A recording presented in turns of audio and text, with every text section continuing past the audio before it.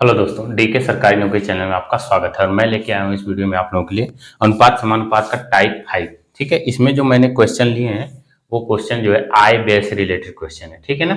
और आज मैं आपको ऐसी ट्रिक बताऊंगा कि एक ही ट्रिक पे क्वेश्चन चाहे किसी भी तरीके से घुमा के चाहे जैसे पूछा हो आप उसको बिल्कुल आसानी से लगा सकते हैं। ठीक है ना। तो चलिए स्टार्ट करते हैं। और आपके स्क्रीन पे क्वेश्चन नंबर फर्स्ट दिख रहा होगा।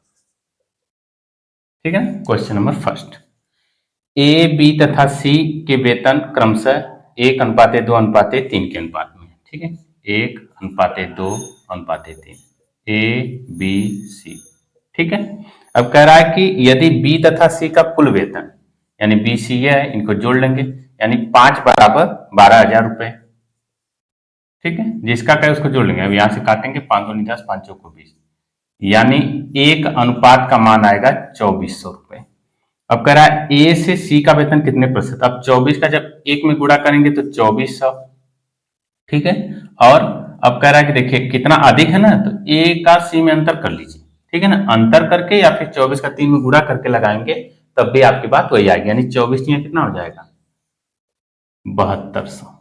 ठीक है ना।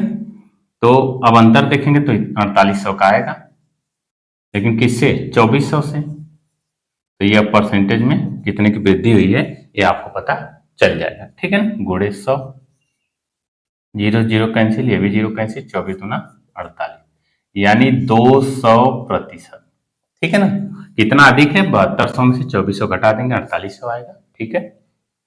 और किससे 2400 यानी ए वाले से पूछा है, जिससे पूछता है वो नीचे रहता है, गुणे 100 परसेंटेज में ये सब सिस्टम ऐसे होता है। तो बी वाले में इसका जवाब दिया गया है। ठीक है ना। अब क्वेश्चन नंबर 2, इससे पहले वीडियो बन चुकी है टाइप 4 तक, उसकी लिंक आपको डिस्क्रिप्शन बॉक्स में मिल जाएगी, वहां से आप उसको सारे वीडियो देख सकते हैं। क्वेश्चन नंबर 2 देखिए, इसमें कह रहा है कि राहुल अपनी आय का कुछ भाग खर्च करता है तथा शेष भाग बचाता है। उसके व्यय तथा बचत का अनुपात 6:1 है। यह व्यय है और यह बचत है। ठीक है ना। कह रहा है इसका अनुपात इतना है। यदि राहुल की आय 4200 रुपए है, ठीक है ना, व्यय और बचत को जोड़ेंगे यानी 7:42 होगा, 42,000, सॉरी 42,000, क्योंकि व्यय जितना करेंगे और बचत जितना करेंगे दोनों मिला देंगे तो आएगा। जैसे समझिए छोटी सी बात है, जैसे आपके पास 5 रुपए है, 2 रुपए आपने खर्च किया, 3 रुपए बचाया, तो अब खर्च किया हुआ और बचाया हुआ दोनों जोड़ देंगे तो आय मिल जाएगी कि नहीं, यानी 5 रुपए आपको मिल गया। तो यही चीज है, छोटा सा एग्जाम्पल। अब देखिए इसी पर है ये, यानी व्यय और बचत अनुपात में जोड़ेंगे तो 7:42,000, तो 7×6 = 42 यानी एक अनुपात का मान आएगा 6000।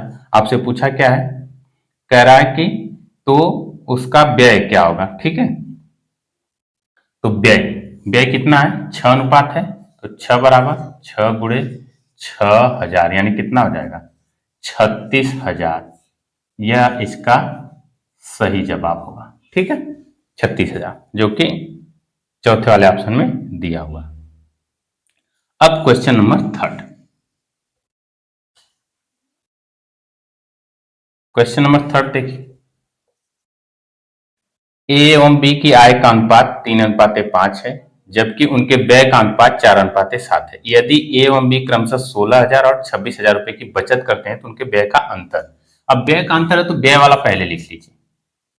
ठीक है, और जो आय वाला है वो बाद में लिखिए।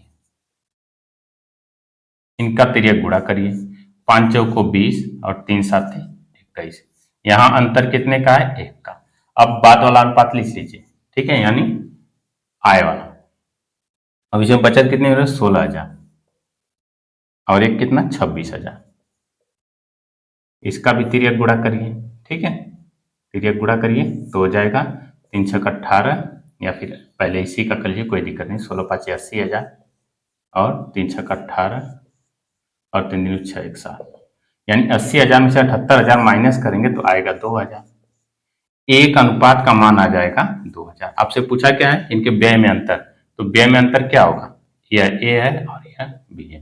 अंतर यहां करेंगे तो 3, यानी 3 अनुपात बराबर, तो 3 × 2,000 बराबर कितना हो जाएगा 6,000। इसका क्या होगा सही उत्तर होगा। ठीक है, जो कि इसके चौथे वाले में दिया हुआ है।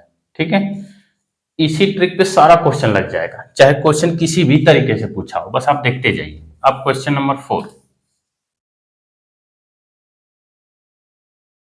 क्वेश्चन नंबर 4 देखिए, दो व्यक्ति पी और क्यू की आय का अनुपात 5:6 है। यदि उनमें प्रत्येक प्रतिमाह 200 रुपए की बचत करता है तो उनके व्यय का अनुपात 3:4 है। क्यू की आय, ठीक है, पी और क्यू, इनकी आय का अनुपात कितना है? 5:6।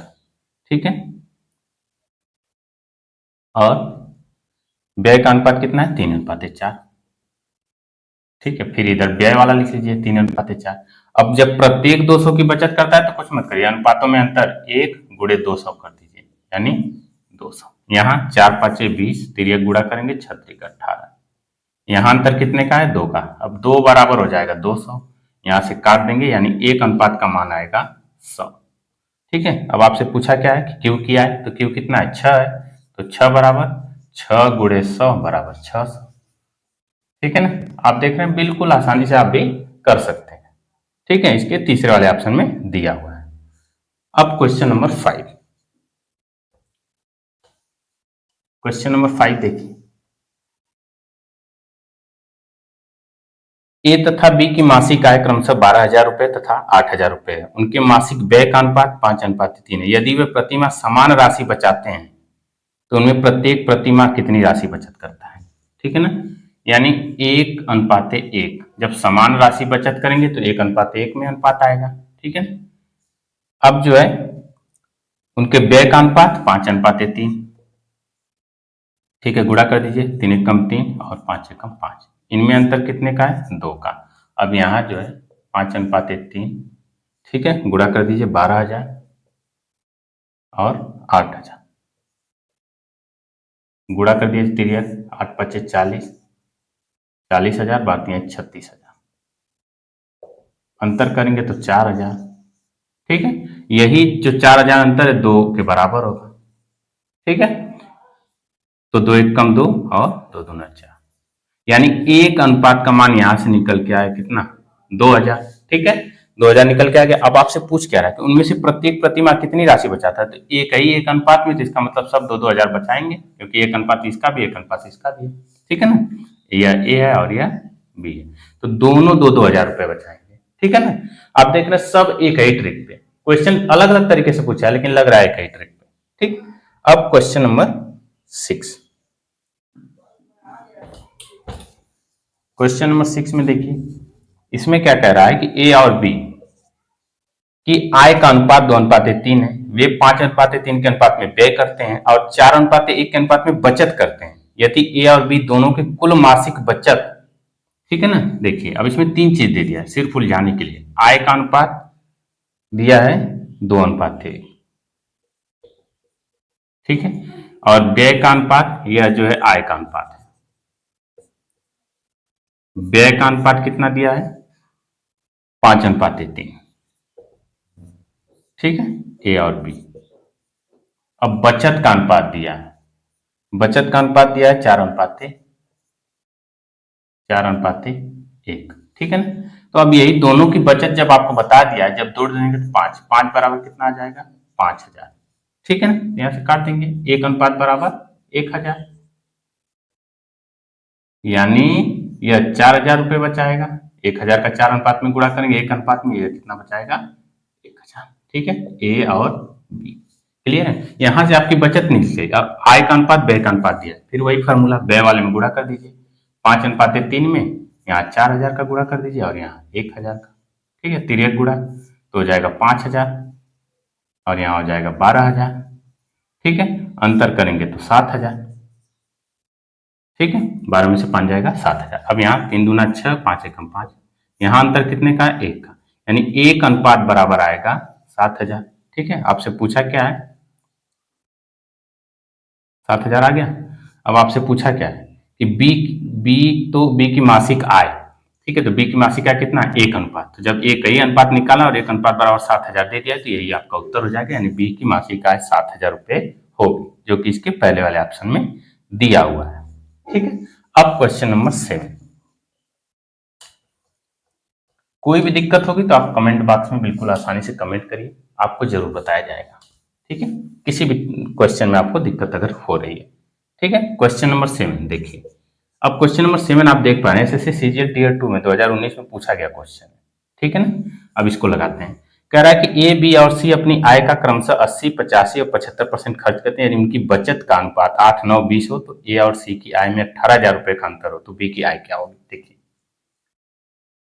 ए जो है अगर 80% खर्च कर रहा है तो 20% बचाएगा, यानी बचत का अनुपात बचत के अनुपात के बराबर किया जा रहा है। फिर बी, अब यह जो है 85% खर्च कर रहा है तो 15% बचाएगा, 15/100। सी जो है 75% खर्च कर रहा है तो 25% बचाएगा, 25/100। अब इनका बचत का अनुपात है 8:9:20। तो यह अब बचत का अनुपात हो गया, यह भी बचत, दोनों अनुपात क्या हो गए, बराबर हो गए। ठीक है ना, हमने क्या किया है कि आय में से जो जितना खर्च कर रहा है आय में से तो बचाएगा कितना, उसमें से माइनस कर देंगे, यानी 100% आया तो 80% खर्च किया, यानी 100 रुपए में से 80 रुपए खर्च करेंगे तो 20 रुपए बचेंगे। इस हिसाब से यह सेट किया गया है। अब चलते हैं आगे। अब 20 एक कम 20, 20×5 100, 5 3 15 और 5 दूनी 10, यहाँ हो जाएगा 25 एक कम 25, 25 का 100। अब ये ए, बी और सी जब यह गुणनफल के रूप में रहता है तो इधर सब बटे में हो जाता है, 8/1/5, फिर अनुपाते 9/3/20, फिर अनुपाते 20/1/4, यहाँ हो जाएगा 3 3 9, तो हो जाएगा 5, ये ऊपर चला जाएगा, 8×5 40, 20 3 60 और ये हो जाएगा 20 चौको 80, काट देंगे 20 दूना 40, 20 3 60, 20 चौका 80, यानी आपका अनुपात जो निकल के आएगा ए बी सी का 2:3:4। क्लियर। अब आपसे कह रहा है कि ए और सी की आय में 18,000 रुपए का अंतर है, यानी ए कितना है 2 और सी कितना है 4, इनमें जब अंतर करेंगे तो 2 का अंतर आएगा। ठीक है, यानी 2 बराबर हो जाएगा 18,000, यहाँ काट देंगे, 1 अनुपात बराबर 9,000। एक अनुपात का मान अगर 9,000 आ रहा है तो आपसे पूछा क्या है कि बी की आय क्या होगी, तो बी का अनुपात कितना है 3, 3 अनुपात बराबर 3 गुणे 9,000, यानी 9 3 27,000, इसका क्या होगा, बिल्कुल सही जवाब होगा। ठीक है, अब आपके स्क्रीन पे क्वेश्चन नंबर 8 दिखा होगा। ये क्वेश्चन थोड़ा सा बड़ा था, लेकिन फिर टीयर 2 का क्वेश्चन था इसलिए थोड़ा सा बड़ा है, लेकिन आप देखेंगे तो आसानी से लगाया जा सकता है। फिर भी अगर आपका डाउट रह जाएगा तो कमेंट में कमेंट जरूर करिएगा। ठीक है, सॉरी। अब देखिए क्वेश्चन नंबर 8। क्वेश्चन नंबर 8 में क्या कह रहा है आपसे, और ये क्वेश्चन मैं लगाऊंगा नहीं, ये आप लोगों के लिए छोड़ूंगा। अगर ये वीडियो आप ध्यान से देखे होंगे और समझ में आया होगा तो आप इसको लगा लेंगे, और लगाने के बाद आंसर जो है कमेंट बॉक्स में कमेंट जरूर करिएगा। देख लीजिए, ए और बी की आय का अनुपात 5:3 है और उनके व्यय का अनुपात 9:5 है। यदि ए की आय बी के व्यय की दुगनी है तो ए और बी की बचत का अनुपात क्या है। ठीक है ना, तो ये क्वेश्चन आपको स्क्रीन पे दिख रहा होगा, इसको आप लोग लगाइएगा और कमेंट में कमेंट जरूर करिएगा, और आपको समझ में आया कि नहीं आया ये जरूर बताइए, और ये ट्रिक आपको कैसी लगी ये भी बताइए। चैनल पर अगर पहली बार विजिट कर रहे हैं तो चैनल को सब्सक्राइब कर लीजिए और बेल नोटिफिकेशन ऑन कर लीजिए। वीडियो अगर अच्छा लगा हो तो लाइक और शेयर जरूर करें।